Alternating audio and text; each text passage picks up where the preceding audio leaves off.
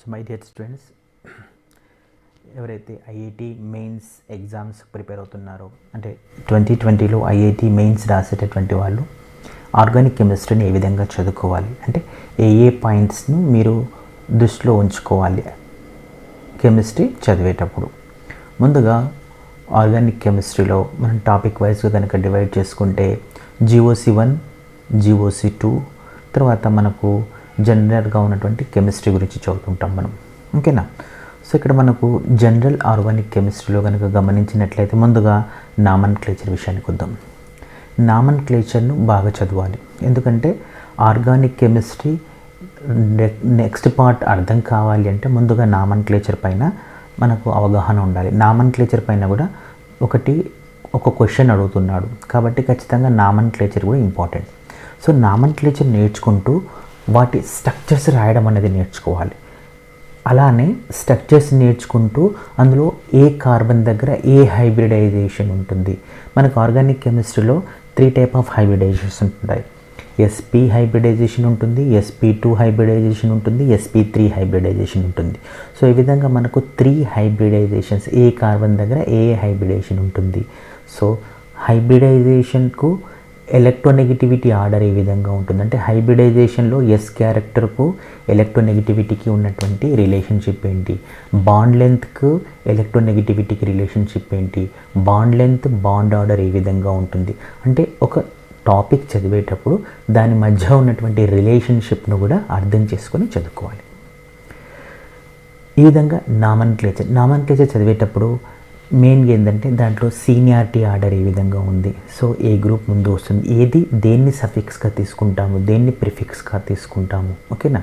So మెయిన్గా ఈ ఎస్టర్కు సంబంధించినటువంటి నామన్క్లేచర్, అదేవిధంగా మనకు మోర్ దెన్ 2 ఫంక్షన్ గ్రూప్స్ ఉన్నప్పుడు ఏ విధంగా నామన్క్లేచర్ను మనం రాస్తాం, దాని యొక్క నేమ్ ఏ విధంగా ఇస్తాము అనేటటువంటి కండిషన్స్. సో ఎక్సెప్షన్ కండిషన్స్కు సంబంధించి ఏమైనా ఇన్ఫర్మేషన్ ఉంటే అవి చెక్ చేసుకోవాలి. ఇది నామన్క్లేచర్కు. సో అంతగా డెప్త్గా వెళ్ళాల్సిన అవసరం లేదు, జనరల్ ఇన్ఫర్మేషన్ ఉంటే చాలు. నెక్స్ట్ వచ్చేసరికి మనకు ఎలక్ట్రానిక్ ఎఫెక్ట్స్. సో ఈ ఎలక్ట్రానిక్ ఎఫెక్ట్స్ అనేవి చాలా ఇంపార్టెంట్, ఎందుకంటే ఈ ఎలక్ట్రానిక్ ఎఫెక్ట్స్లో ముందుగా మనము ఇండక్టివ్ ఎఫెక్ట్ గురించి కావచ్చు, మీసోమెరిక్ ఎఫెక్ట్, తర్వాత ఎలక్ట్రోమెరిక్ ఎఫెక్ట్, రెజొనెన్స్ ఎఫెక్ట్. సో వీటి గురించి ఇండక్టివ్ మెరిక్ ఎఫెక్ట్, ఈ ఎఫెక్ట్స్ గురించి చదువుతాం. అయితే ఈ ఎఫెక్ట్స్ ఫర్దర్గా ఉన్నటువంటి ఫస్ట్ ఇయర్లో కావచ్చు లేదంటే సెకండ్ ఇయర్లో ఉన్నటువంటి కెమిస్ట్రీలో ఏ కాంపౌండ్స్కు దీని యొక్క ఎఫెక్ట్ అనేది ఉంటుంది. ఫర్ ఎగ్జాంపుల్ ఇప్పుడు మనం చూసుకుందాం, మనకు +I ఎఫెక్ట్, ఇండక్టివ్ ఎఫెక్ట్ ఉందనుకోండి. ఇండక్టివ్ ఎఫెక్ట్లో మనకు +I ఎఫెక్ట్ ఉంటుంది, -I ఎఫెక్ట్ ఉంటుంది. +I ఎఫెక్ట్ ఎసిడిటీకు ఏ విధంగా ఎఫెక్ట్ ఉంటుంది, +I ఎఫెక్ట్ బేసిసిటీతో ఏ విధంగా బిహేవ్ చేస్తుంది, -I ఎఫెక్ట్ ఎసిడిటీ అండ్ బేసిసిటీతో ఏ విధంగా ఎఫెక్ట్ చేస్తుంది. తర్వాత +I - ఎఫెక్ట్ కార్బోకాటయాన్ యొక్క స్టెబిలిటీ పైన ఏ విధంగా ఎఫెక్ట్ చూపిస్తాయి, కార్బేన్ అయాన్ యొక్క స్టెబిలిటీ పైన ఏ విధంగా చూపిస్తాయి, ఫ్రీ రాడికల్ యొక్క స్టెబిలిటీ పైన ఏ విధంగా చూపిస్తాయి. అదేవిధంగా సేమ్ మీసోమెరిక్ ఎఫెక్ట్ కూడా వీటి స్టెబిలిటీ పైన ఏ విధంగా ఎఫెక్ట్ చూపిస్తుంది, ఎసిడిటీ పైన, బేసిటీ పైన. మెయిన్గా మనం సెకండ్ ఇయర్ చదువుకునేటప్పుడు ఏవైతే ఆర్గానిక్ కాంపౌండ్స్లో మనకు కార్బాక్సిలిక్ యాసిడ్స్ ఉన్నాయనుకోండి, కార్బాక్సిలిక్ యాసిడ్ యొక్క ఎసిడిక్ స్ట్రెంత్ గురించి చదివేటప్పుడు మెయిన్గా మనం ఇండక్టివ్ ఎఫెక్ట్ అనేది ఏ విధంగా దానిపైన చూపిస్తుంది, మీసోమెరిక్ ఎఫెక్ట్ ఏ విధంగా చూపిస్తుంది అండ్ దాని ప్రభావాన్ని గురించి మనం డిస్కస్ చేస్తూ ఉంటాం. అది ఖచ్చితంగా చదువు. ఎలక్ట్రానిక్ ఎఫెక్ట్స్లో మనం మెయిన్గా కాన్సన్ట్రేట్ చేయాల్సింది ఏంటంటే రెజొనెన్స్ పైన. రెజొనెన్స్ స్ట్రక్చర్స్ని రాసేటప్పుడు దాని రూల్స్ అనేవి ఖచ్చితంగా తెలియాలి మనకు. ఆ రూల్స్ ప్రకారమే ఒక మాలిక్యూల్ యొక్క స్టెబిలిటీని మనము రాయగలుగుతాం first of all. And second thing ఏంటంటే రెజొనెన్స్ రాయడం అనేది రావాలి. బాండ్ ఏ విధంగా బ్రేక్ అవుతుంది, ఎలక్ట్రాన్ డీలోకలైజేషన్ ఏ విధంగా జరుగుతుంది అనేవి ప్రాక్టీస్ చేసుకోవాలి. తర్వాత రెజొనెన్స్కు సంబంధించినటువంటి ఆన్సర్స్ రావాలంటే మెయిన్గా మనకు ఆరోమాటిసిటీ అనేటటువంటి కాన్సెప్ట్ బాగా రావాలి.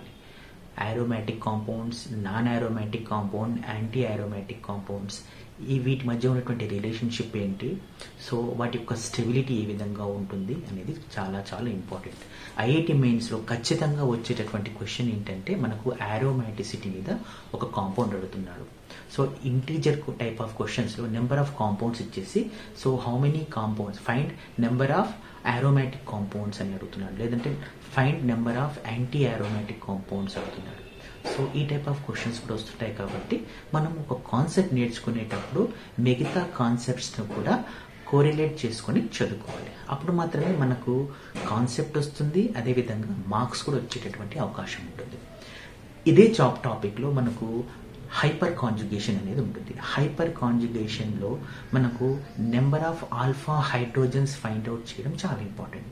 నెంబర్ ఆఫ్ ఆల్ఫా హైడ్రోజన్స్ ప్రకారం ఎన్ని హైపర్ కాంజుగేటివ్ స్ట్రక్చర్స్ ఫామ్ అవుతున్నాయి అదొక క్వశ్చన్. అదేవిధంగా దాని యొక్క స్టెబిలిటీస్ ఏ విధంగా ఉన్నాయి, సో వీటికి సంబంధించినటువంటి relationships, different type of molecules, టోలిన్లో ఏ విధంగా ఉంటుంది, ఇవి చూసుకుంటే మీకు ఎనఫ్ ఉంది. దీనికి సంబంధించినటువంటి ఈ టాపిక్స్లో ఎనఫ్ ఉంటుంది. సో అదేవిధంగా నెక్స్ట్ డిస్కస్ చేసేటటువంటి టాపిక్ ఏంటంటే ఐసోమెరిజం.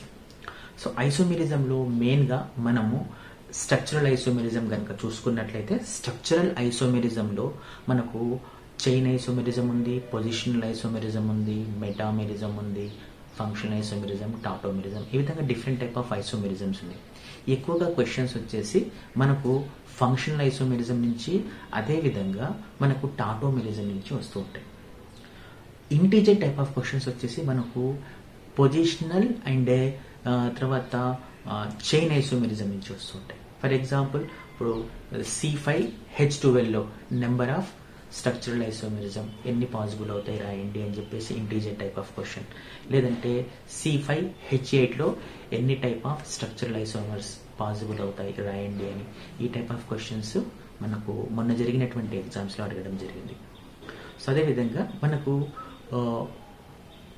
టాటోమెరిజంలో కనుక చూసుకుంటే సో కీటో ఐసోమెరిజం అంటే ఏంటి, కీటో ఇనోల్ ఐసోమెరిజం అంటే ఏంటి, వాటికి సంబంధించిన క్వశ్చన్స్.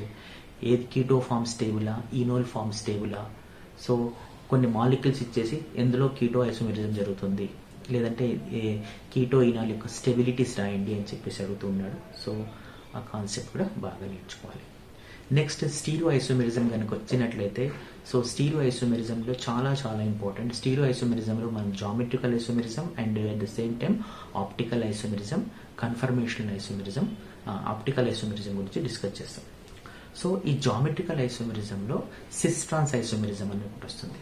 సిస్ట్రాన్స్లో మనం ఎక్కువగా కాన్సన్ట్రేట్ చేయాల్సింది ఏంటంటే number of geometrical isomerism formula ఉంటుంది.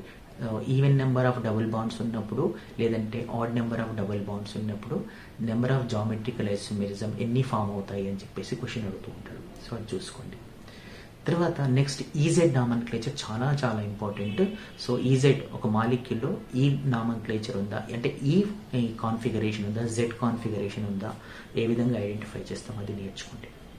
ఆప్టికల్ ఐసోమెరిజంకి వచ్చేసరికి ఒక మాలిక్యూల్ యొక్క ఖైరల్ మాలిక్యూలా, లేదంటే అందులో ఆప్టికల్ యాక్టివిటీ ఉందా లేదా, ఎప్పుడు ఒక మాలిక్యూల్ అనేది ఆప్టికల్లీ ఇన్యాక్టివ్ అవుతుంది.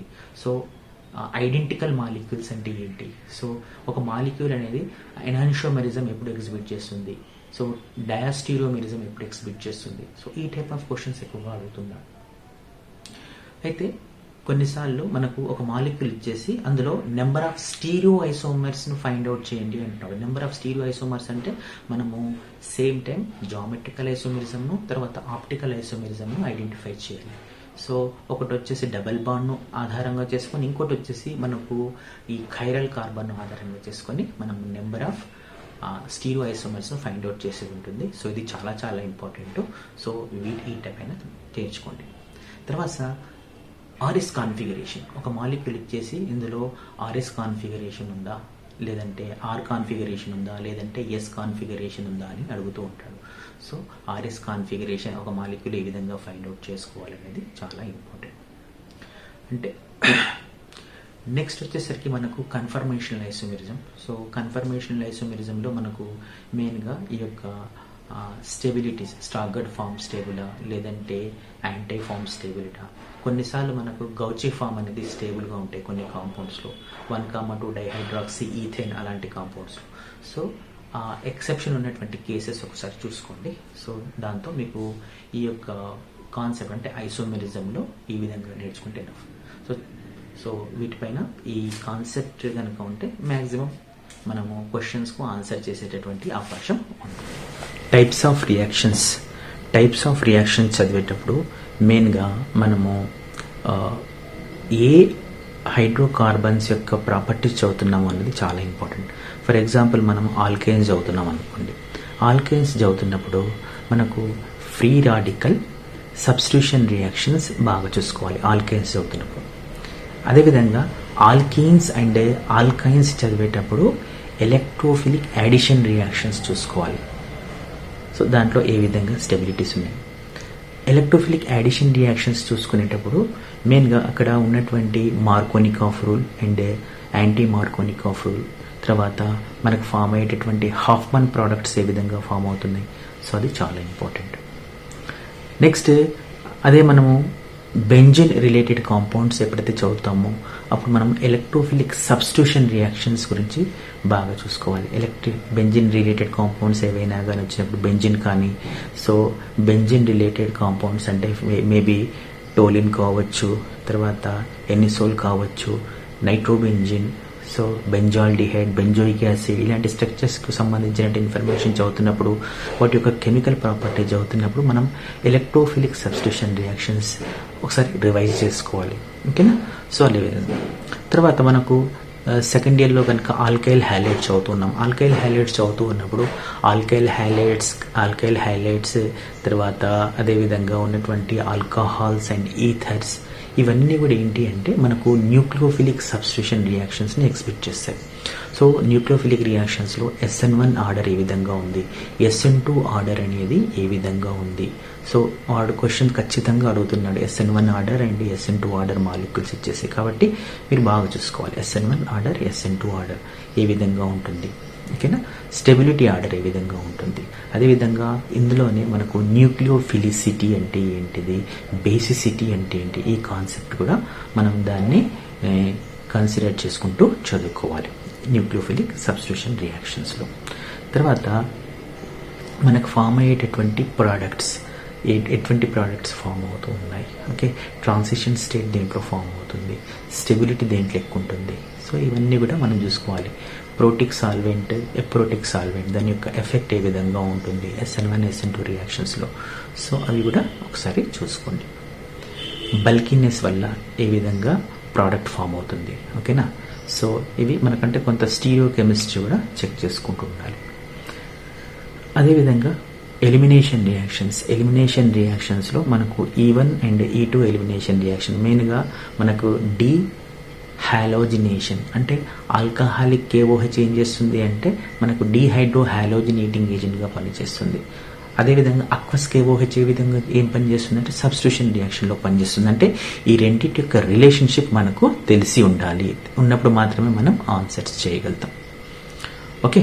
సో ఆ విధంగా అదేవిధంగా డీహైడ్రేషన్ అంటే ఏంటంటే కాన్సన్ట్రేట్ H2SO4 అనేది డీహైడ్రేటింగ్ ఏజెంట్గా పనిచేస్తుంది. ఇంకా ఏమేమి ఉన్నాయి డీహైడ్రేటింగ్ ఏజెంట్స్ అవి చెక్ చేసుకోవాలి.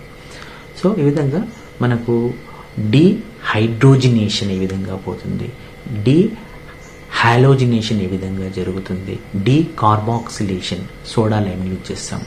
సో ఇవన్నీ కూడా రియేజెంట్స్ నుంచి చూసుకున్నట్లయితే మీకు ఫస్ట్ ఇయర్లో ఉన్నటువంటి GOC కంప్లీట్ అయిపోతుంది. ఫస్ట్ ఇయర్ GOC అనేది చాలా చాలా ఇంపార్టెంట్. ఫస్ట్ ఇయర్ GOC వస్తేనే సెకండ్ ఇయర్లో ఉన్నటువంటి ఆర్గానిక్ కెమిస్ట్రీని మనము తిరిగి ఫస్ట్ ఇయర్తో లింకప్ చేసుకుని చదువుకుంటే ఈజీగా మనము మార్క్స్ని గెయిన్ చేయొచ్చు. సో మీకు ఏమైనా ఆర్గానిక్ కెమిస్ట్రీకి సంబంధించిన క్లాసెస్ ఏమైనా కావాలన్నా online classes, so winner chemistry classes నుంచి ప్రొవైడ్ చేయబడుతుంది. సో మీరు దాన్ని కన్సల్ట్ కావద్దు.